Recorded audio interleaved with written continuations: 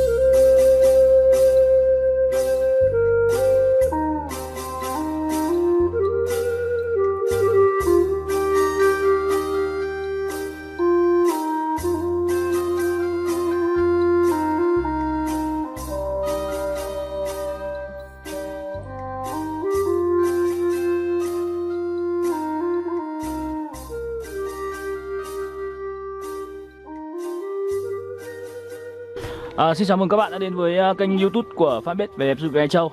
Ngày hôm nay thì mình rất là vinh dự khi được đến thăm gia đình nhà vợ của anh Sơn, cũng là một trong những địa điểm mà gia đình đang hướng tới làm du lịch cộng đồng tại Sinh Hồ. Thì là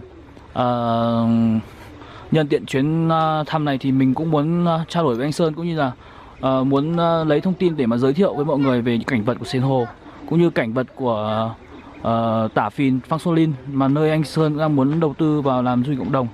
Thì anh ơi, anh cho mọi người biết nhé, ở Sinh Hồ này mình có những cái điểm du lịch như nào và có những cái tiềm năng thế mạnh ra sao, và cái hướng mà anh muốn đầu tư sắp tới thì nó như nào để mà giới thiệu mọi người.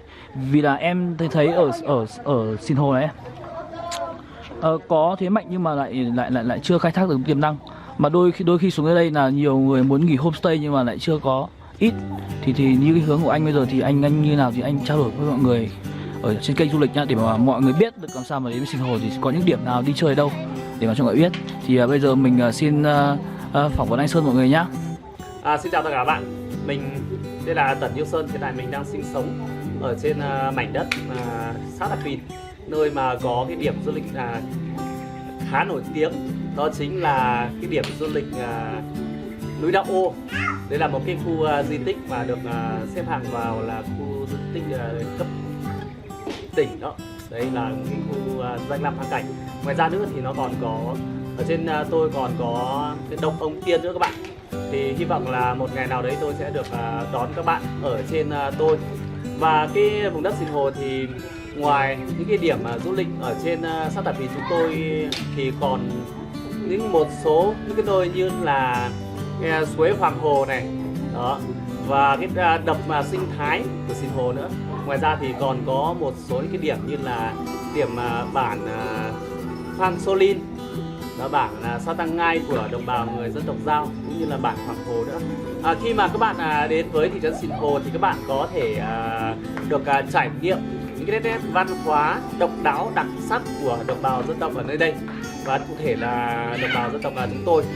Chúng tôi thì có một số những công việc để các bạn đến trải nghiệm. Ví dụ như là chúng ta có thể là đi lên nương, đi xuống ruộng cùng đồng bào dân tộc ở nơi đây. Và ngoài ra nữa thì các bạn có thể được trải nghiệm những cái nét văn hóa ẩm thực ở trên vùng đất Sinh Hồ này. Và chúng tôi rất mong muốn được đón tiếp các bạn đến với cái vùng đất Sinh Hồ này. Đây là một cái khu vực có rất là nhiều tiềm năng để mà phát triển du lịch cộng đồng như những các nơi khác. Anh có thể em hỏi một tí, cái nét độc đáo của nhà người Dao ấy, em thấy hình như đi căn nhà nào là cũng có câu đối chữ này. Thì đây là chữ của các cụ xưa. Đây là chữ Nôm Dao. Và đây được gọi là câu đối. Những cái ngày lễ Tết ấy, hoặc là những cái có dịp đám cưới thì chúng ta viết câu đối. Và cái câu đối là một cái đặc trưng, nó không thể thiếu được cái căn nhà của đồng bào người dân tộc Dao. Thì thời gian tới là thế là mình xin giới thiệu lại mọi người nhá.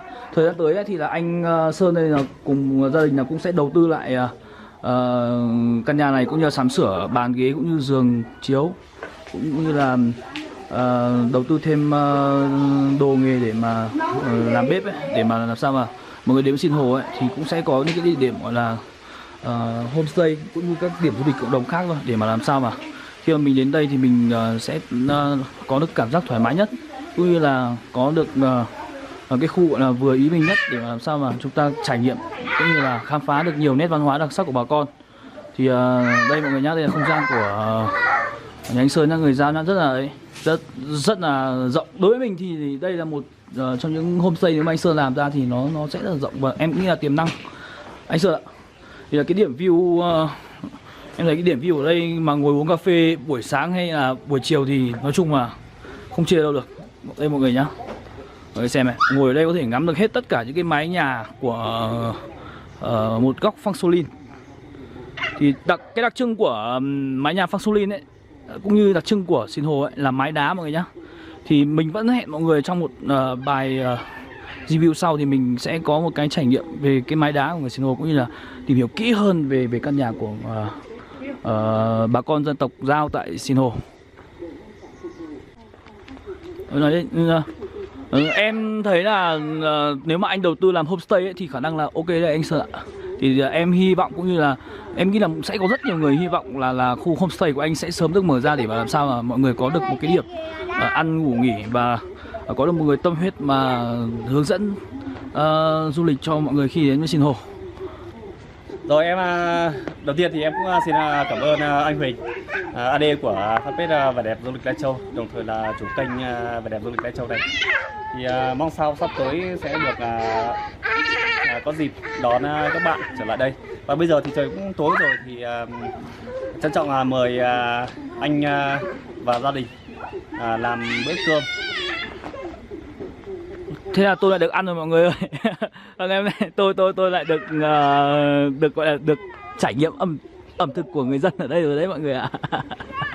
Em cảm ơn anh và em sẽ không từ chối. Con ơi, đi vào đây đâu? Thì nhận lời mời của anh Sơn thì mình cũng xin ở lại và đi khám phá luôn không gian bếp của mọi người nhá. Không gian bếp nói chung là không gian bếp rất là sạch sẽ và gọn gàng, cũng như là cũng rất là đầy đủ mọi thứ mọi người ạ. Đây bếp của người Dao đây, đẹp không mọi người ơi. Đấy, mùa đông mà đến đây mà ngồi bếp này mà nhỉ. Đấy, còn nướng ngô nướng khoai đây nữa, xong rồi mọi người gảy đan ấy thì còn gì tuyệt vời nữa. Chị thì đang rán đậu đây rồi. Bây giờ thì mình sẽ theo chân anh Sơn đi ra vườn. Hôm nay mình sẽ làm món cá vùi giò. Em ăn cá vùi giò của người Thái rồi rất là ngon, còn không biết cá vùi giò của người Dao hôm nay như nào thì khả năng là cũng phải thử, và cũng sẽ xin review lại một tí để mọi người có thể đánh giá. Đấy nha mọi người nhá, đây là không gian đất của nhà anh Sơn nhá, rất là rộng mọi người ạ. Trồng cả ngô này, xong rồi cả chuối này.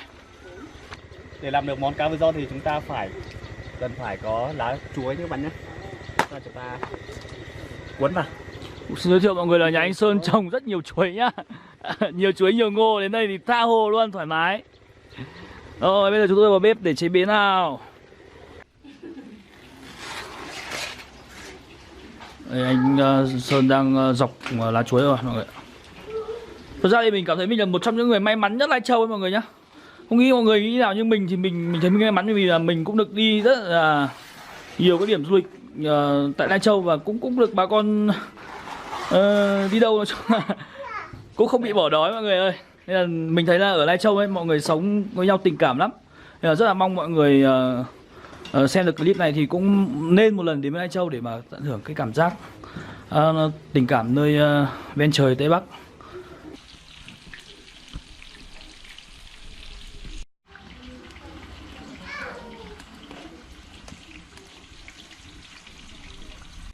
Anh cầm gì đây? Đây chính là cái mắc khén. Đây là một cái gia vị không thể thiếu ở món cá này.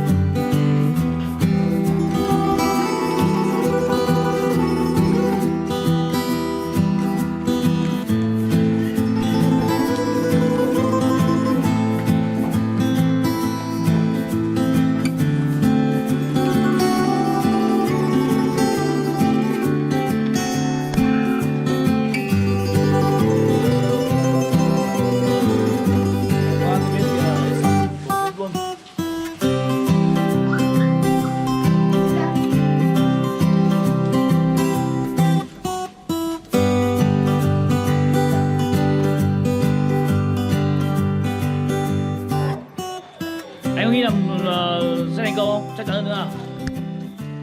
Chắc chắn là nó sẽ thành công và nó sẽ ngon. Có thể là hơn cả mong đợi. Đúng rồi. Phần kịch tính nhất bây giờ diễn ra rồi.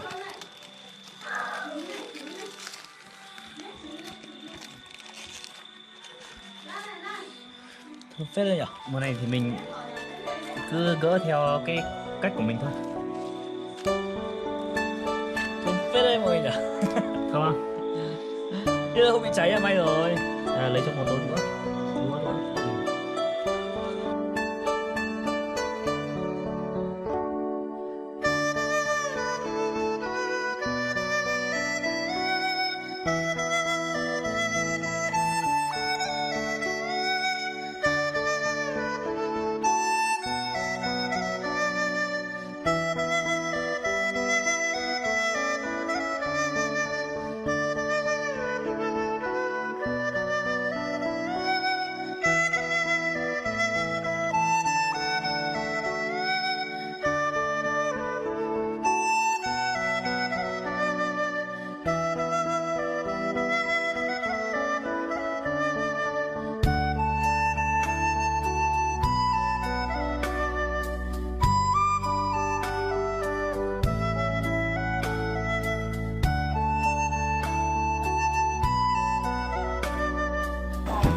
Nhận được lời mời của gia đình thì hôm nay mình cũng xin phép ở lại thêm một lúc nữa để mà dùng cơm với gia đình, cũng như là thưởng thức cái món cá rủi ro của anh Sơn. Thì là bản thân mình cảm thấy rất là vui, cũng như là cảm thấy rất là may mắn khi mà đi đến đâu cũng có những người đồng hành như anh Sơn này. Thì bây giờ thì cũng không phải để mọi người chờ đợi lâu nữa, thì mình mời mọi người dùng cơm cùng gia đình, cũng như là cùng thưởng thức cái món cá, cũng như là đồ ăn trong bữa cơm hôm nay của chúng tôi. Thì cũng đơn sơ đạm bạo lắm mọi người. Cũng nói chung là tình người thì bao giờ cũng đầy, còn đồ ăn thì cũng không quan trọng đâu. Cũng chỉ hy vọng là sau khi hôm nay đến đây thì cũng mong là anh Sơn, gia đình cố gắng quyết tâm để mở được thành công cái dịch vụ homestay mà mình đã đề ra. Thì cũng rất mong nhận được sự ủng hộ của mọi người. Nếu mà đến với Sinh Hồ thì mọi người liên hệ với anh Sơn, thì mình sẽ để số điện thoại của anh Sơn ở dưới phần mô tả. Thì mọi người đến Sinh Hồ thì gọi anh Sơn nhé. Muốn đi đâu, muốn làm gì, hay là muốn khám phá thì liên hệ anh. Còn mình bây giờ mình xin phép